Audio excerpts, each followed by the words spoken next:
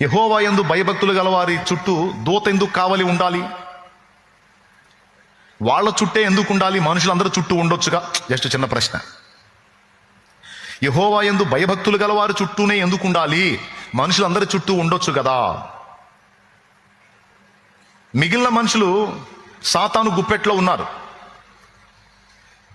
మరి వాడి గుప్పెట్లోంచి ఎవరు తప్పించుకున్నారంటే, ఎవరు యేసునందు విశ్వాసం ఉంచారో, యెహోవా యందు భయభక్తులు ఉంచారో వాళ్ళు సాతానుకు విరోధులు.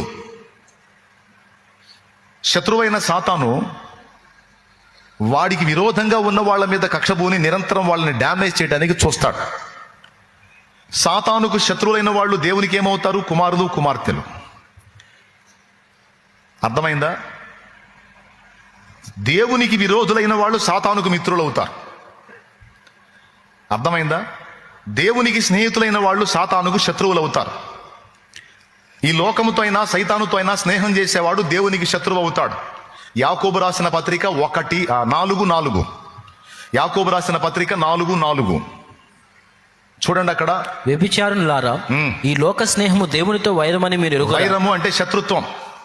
కాబట్టి ఎవడు ఈ లోకముతో స్నేహము చేయగోరునో వాడు దేవునికి శత్రువగును. మనం ఏం చేశామంటే లోకాన్ని విసర్జించాం.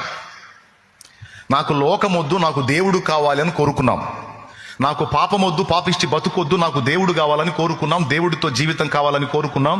అందుకే మారు మనసు పొంది, నమ్మి, బాప్తిస్మం పొంది దేవుని పిల్లలమయ్యాం. ఎప్పుడైతే ఈ స్టెప్ మనం తీసుకున్నామో, ఆడెట్ట తయారయ్యాడంటే, ఇప్పటిదాకా నా రెక్క కింద ఉండి నేను చెప్పినట్టల్లా నడిచి సడన్గా అపోజిషన్లోకి వెళ్ళారా? అట్లయితే మీ అంతు తేలుస్తానని అప్పటిదాకా మనతో మిత్రులు చేసిన సాతానే శత్రువుగా మారాడు. సాతానుతో మనం మిత్రులమయ్యామంటే దేవునికి శత్రువులం అవుతాం. అబ్బాయి ఏమవుతాం? అందరూ చెప్పండి, నోరున్న వాళ్ళు అందరూ.